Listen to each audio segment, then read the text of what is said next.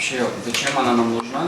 Потому что, ну вот, насколько я могу это судить, в принципе, можно же сказать, в нормальном состоянии там находится система, да, или вот экосистема, или не, ну вот, в каком-то нарушенном.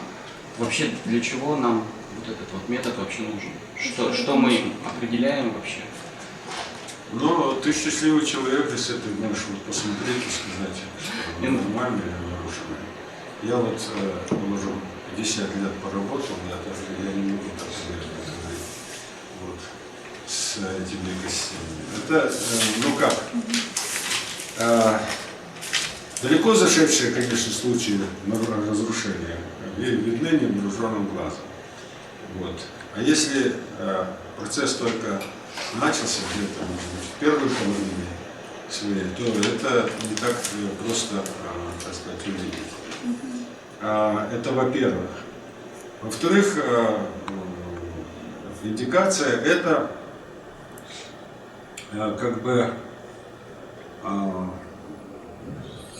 значит, элемент мониторинга. Мониторинг – это элемент управления. И индикация нужна только там, где предполагается какое-то управление, воздействие. Вот любая экосистема проходит вот в процессе, если ее разрушают, определенные ступени. Вот. И надо знать для того, чтобы управлять этим процессом, то есть возвращать ее в исходное состояние, надо знать, на какой ступени он находится, от этого зависит, что ты можешь с ней делать. Несколько таких видов и очень простых показателей, которые установить можно очень просто. Вот.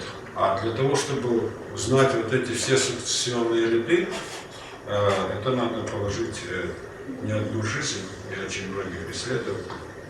То есть на самом деле индикация – это не исследование, это результат исследования, причем очень ограниченный результат, который дается для пользования тем, которые, может быть, и не знают, какой должна быть экосистема.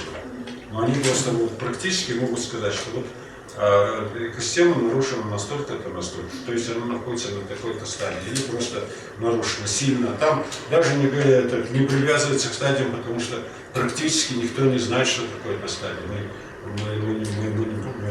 поэтому не вводим этим. Мы говорим сильно, средне, слабо и не нарушено. Иногда просто 3 показателя. То есть это все упрощено до предела. Потому что вот в контуре управления обратная связь должна быть максимально дешевой, потому что она не может подменять само управление.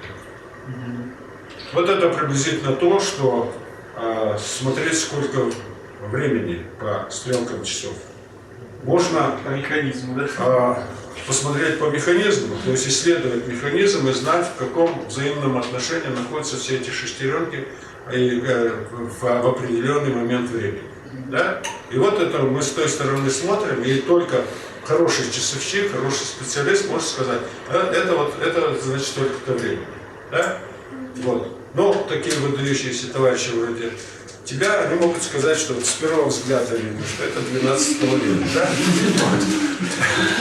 А вот на самом деле для того, чтобы все не лезли в этот механизм, а знали, сколько времени, существуют вот эти стрелки, которые из всех возможных положений вот этих вот взаимных шестеренок и так далее, зубцов и всего прочего, показывают только часы и минуты, в некоторых случаях секунды. Да?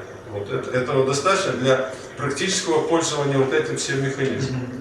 Вот. Так вот исследование, оно все уже сделано часовщиками, они все потом вывели наружу и показали 2 индикатора. Вот этот индикатор означает часы, этот индикатор означает минуты. Все.